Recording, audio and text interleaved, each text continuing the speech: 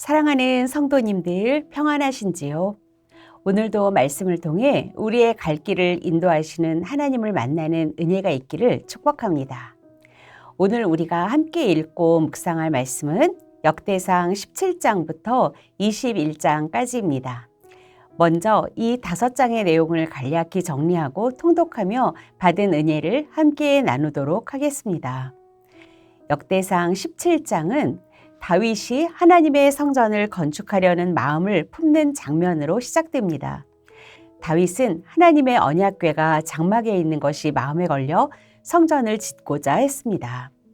하지만 하나님께서는 나단 선지자를 통해 다윗이 아니라 그의 아들 솔로몬이 성전을 건축할 것임을 알리십니다. 대신 하나님께서는 다윗의 집을 영원히 견고하게 하시겠다고 약속하십니다. 이것이 바로 다윗 언약입니다.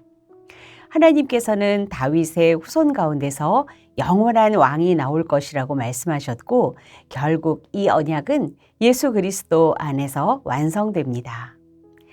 다윗은 이 놀라운 은혜를 듣고 겸손히 하나님께 감사의 기도를 올려드립니다. 역대상 18장과 19장은 다윗의 승리와 영토 확장에 관한 내용으로 다윗이 여러 전쟁에서 승리하는 기록입니다.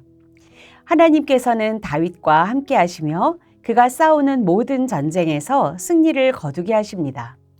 블레셋, 모압, 아람 등 여러 나라를 정복하며 이스라엘의 국경을 확장해 갑니다. 특히 18장에서는 다윗이 전리품을 하나님께 바치는 장면이 나옵니다. 그는 자신의 승리가 하나님의 은혜임을 알고 모든 영광을 하나님께 돌렸습니다. 역대상 20장은 다윗의 인구조사와 하나님의 심판에 관한 내용입니다. 암몬과 블레셋과의 전쟁을 기록하며 다윗의 군대가 큰 승리를 거두는 모습을 보여줍니다. 그러나 21장에서는 다윗이 인구조사를 하는 사건이 등장합니다. 이 일은 단순한 행정 조치가 아니었습니다. 하나님을 의지하기보다 자신의 군사력과 힘을 의지하려는 교만에서 비롯되었습니다. 하나님께서는 이에 대해 심판을 내리셨고 다윗은 깊이 회개하며 하나님께 은혜를 구합니다. 결국 다윗은 하나님의 지시를 따라 오르난의 타작마당에서 제사를 드리며 용서를 받게 됩니다. 놀랍게도 바로 이곳이 후에 솔로몬이 성전을 건축하는 장소가 됩니다.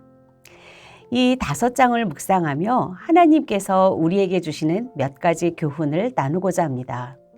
첫째로는 하나님의 계획은 우리의 생각보다 크고 완전하다는 것을 볼 수 있습니다. 다윗은 하나님을 위해 성전을 짓고 싶었지만 하나님의 계획은 그것보다 더 위대했습니다. 하나님은 다윗이 아닌 그의 후손을 통해 성전을 세우시고 궁극적으로 예수 그리스도를 통해 영원한 왕국을 이루셨습니다. 우리도 때로는 하나님을 위해 무엇인가를 하려 하지만 하나님께서는 더 크고 온전한 계획을 예비하고 계시다는 것을 알게 됩니다. 다윗은 자신의 뜻이 거절되었지만 불평하지 않고 하나님께 감사하며 기도합니다. 둘째로는 모든 승리는 하나님의 은혜라는 것입니다.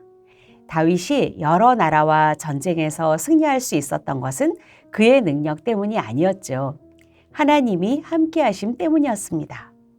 우리가 매일의 삶 속에서 이룬 것들도 우리의 노력 때문이 아니라 전적으로 하나님의 은혜임을 기억해야 합니다. 다윗은 승리의 영광이 자신의 것이 아니라 하나님께 속한 것임을 알았습니다. 셋째는 자칫 교만에 빠지지 않도록 주의해야 한다는 것입니다. 다윗이 하나님을 의지하던 시절에는 승리를 거두었지만 인구조사를 통해 자신의 힘을 의지하려 했을 때 큰 심판을 받았습니다. 우리도 하나님보다 자신의 능력이나 재산, 지위 등을 의지하는 교만에 빠지지 않도록 늘 겸손한 마음으로 하나님을 바라보아야 합니다. 하나님의 심판 앞에서 다윗은 자신의 잘못을 깨닫고 겸손히 회개하며 하나님께 나아갔습니다. 그리고 하나님의 말씀을 따라 오르난의 타작마당에서 제사를 드렸습니다. 우리도 실수하고 넘어질 수 있죠. 그렇지만 회개와 순종을 통해 하나님께 다시 나아갈 수 있습니다. 회개하고 다시 하나님께 나아갈 때 하나님은 우리를 용서하시고 회복시켜 주신다는 것을 기억해야 하겠습니다. 사랑하는 성도님들, 저는 오늘 본문 가운데 특별히 역대상 21장 24절 말씀을 주목하게 되었습니다. 다윗 왕이 오르난에게 이르되 그렇지 아니하다. 내가 반드시 상당한 값으로 사리라. 내가 여호와께 드리려고 내 소유를 빼앗지 아니하겠고 값없이는 번제를 드리지 아니하리라 하니라. 사도 바울도 로마서 12장 1절에서 너희 몸을 하나님이 기뻐하시는 산 제물로 드리라. 이는 너희가 드릴 영적 예배니라 라고 하였습니다. 하나님은 형식적인 예배가 아니라 마음과 정성이 깃든 예배, 희생과 헌신이 따르는 예배를 기뻐하신다는 것을 다시 한번 생각하게 됩니다. 하나님께 기쁨으로 드리는 예배, 또 오늘 하루의 삶이 되기를 소망합니다. 성도님들도 오늘의 말씀을 통해서 하나님의 크신 계획과 은혜를 묵상하며 말씀을 깊이 새겨보시기 바랍니다. 특별히 은혜가 되었던 말씀 한 구절을 노트에 적어보시고 그 말씀을 붙잡고 기도하는 시간을 가지면 좋겠습니다. 기도하겠습니다. 사랑의 하나님, 오늘도 말씀을 통해 우리의 길을 인도해 주심에 감사합니다. 다윗에게 주셨던 놀라운 언약을 통해 우리를 향한 하나님의 사랑을 다시금 깨닫습니다. 우리가 하나님보다 우리의 힘을 의지하지 않게 하시고 늘 겸손히 하나님만을 바라보게 하여 주시옵소서. 혹여나 실수하고 넘어질 때에도 다윗처럼 회개하며 하나님께 돌아가는 믿음의 사람이 되게 하여 주시옵소서. 오늘도 우리의 삶을 통해 하나님의 영광이 드러나기를 소망하며 예수님의 이름으로 기도드립니다. 아멘.